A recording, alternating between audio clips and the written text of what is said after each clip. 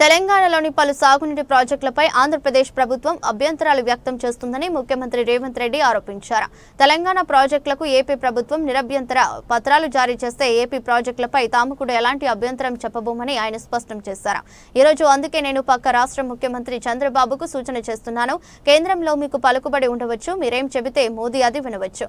అలాని ప్రాజెక్టులన్నిటికీ అనుమతి వస్తుందని అనుకుంటే అది భ్రమ. అలాంటి వాటికి అవకాశం లేదు. తెలంగాణ రాష్ట్ర ప్రయోజనాలను కాపాడటంలో అవసరమైన ప్రణాళిక వ్యూహ రచన మా వద్ద ఉంది. మేము వివిధ రాజ్యాంగబద్ధమైన సంస్థలకు ఫిర్యాదు చేస్తున్నాం.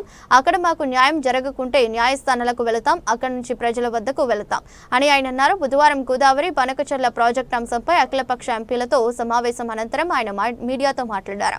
రాష్ట్ర రైతాంగ ప్రయోజనాల విషయంలో ఎలాంటి రాజీ పడే ప్రసక్తి లేదని తేల్చెప్పారు. 2019 అక్టోబర్లోనే అప్పటి తెలంగాణ ముఖ్యమంత్రి కేసీఆర్, ఆంధ్రప్రదేశ్ ముఖ్యమంత్రి వైఎస్ జగన్ కలిసి గోదావరి జలాలను రాయలసీమకు తరలించే విషయంపై చర్చించారని రేవంత్ రెడ్డి అన్నారు. గోదావరి బనకచెర్ల ప్రాజెక్టుకు ఆనాడే ఒక రకంగా అంకురార్పణ జరిగింది. రాయలసీమకు గోదావరి జలాల తరలింపులో సహకరిస్తామని కేసీఆర్ అన్నట్లు నాడు నమస్తే తెలంగాణ పత్రికలో కథనాలు కూడా వచ్చాయని ఆయన తెలిపారు. బనకచెర్ల వ్యవహారంపై ఏ విధంగా ముందుకు సాగాలనే అంశంపై విపక్షాలతో చర్చించినట్లు చెప్పారు. తెలంగాణకు గోదావరి, కృష్ణా నదులే జీవనాధారమని, ఈ ప్రభుత్వానికి రైతుల ప్రయోజనాలే అత్యంత ముఖ్యమని ఆయన పునరుద్ఘాటించారు.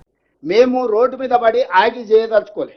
ఎందుకంటే మేము బాధ్యతతో ఉన్నాం, బాధ్యతతో కూడుకున్న విధానాలని ఆచరించాలనుకున్నాం. అందుకే ఈ ప్రాజెక్టు ప్రతిపాదన జరిగిన ఎంబడే, చంద్రబాబు నాయుడు గారు అక్కడి శాసనసభలో మాట్లాడిన ఎంబడే నేను ఉత్తమ్ కుమార్ రెడ్డి గారు వెళ్ళి స్పష్టంగా గోదావరి రివర్ మేనేజ్మెంట్ బోర్డుకి మేమే సొంతంగా వెళ్ళి ఫిర్యాదు చేసినాం. గోదావరి రివర్ మేనేజ్మెంట్ బోర్డు తర్వాత జలశక్తి మంత్రి దగ్గరకు వచ్చి ఫిర్యాదు చేసినాం. అదేవిధంగా ఆర్థిక మంత్రి గారికి వేరే సందర్భంలో కలిసినప్పుడు ఈ అంశాలను ప్రస్తావించడం, ఎందుకంటే కేంద్ర ప్రభుత్వం ఆర్థిక సహాయం అందించబోతుంది. అదేవిధంగా వివిధ బ్యాంకుల నుంచి ఎఫ్ఆర్బిఎం పరిధిలో కాకుండా అవుట్ ఆఫ్ ఎఫ్ఆర్బిఎంలో లోన్లు ఇవ్వడానికి ఏదో ప్రయత్నాలు చేస్తున్నారని పత్రికల్లో వస్తున్నాయని మేము చదివినాం అని ఓరల్గా చెప్పడమే కాకుండా సంబంధిత శాఖ మంత్రి జలశక్తి మంత్రి గారికి లేఖ రాయడం కూడా జరిగింది. అధికారికంగా ఈ వివరాలన్నీ పెట్టి జలశక్తి మంత్రి గారు కూడా మాకు వెనక్కి స్పష్టంగా లేఖ రాసిండు. ఇంతవరకు వాళ్ళు మాకు ప్రాజెక్టు రిపోర్టే ఇవ్వలేదు. ప్రాజెక్టు రిపోర్టు మీ అభ్యంతరాలను పరిగణలోకి తీసుకోకుండా అనుమతి ఇచ్చే సమస్యనే లేదు. ఏ రకంగా కూడా ఇంతవరకు మా దృష్టిలో లేదు. మేము ఖచ్చితంగా చర్యలు తీసుకుంటాం. సిఆర్ పాటిల్ గారు మళ్ళీ ఉత్తమ్ కుమార్ రెడ్డి గారికి లేఖ రాయడం జరిగింది. ఈరోజు ప్రభుత్వం ఎక్కడే నిర్లక్ష్యం వహించలేదు. ప్రభుత్వము, రాజ్యాంగబద్ధ సంస్థలు కేంద్ర ప్రభుత్వానికి అన్ని రకాలుగా ఫిర్యాదులు చేయడం, అధికారికంగా లేఖలు చేయడం, కలవడము, పోవడము, రావడము, అన్ని విషయాలను క్షుణ్ణంగా బాధ్యతాయుతంగా మేము ముందుకు తీసుకువెళ్తున్నాము.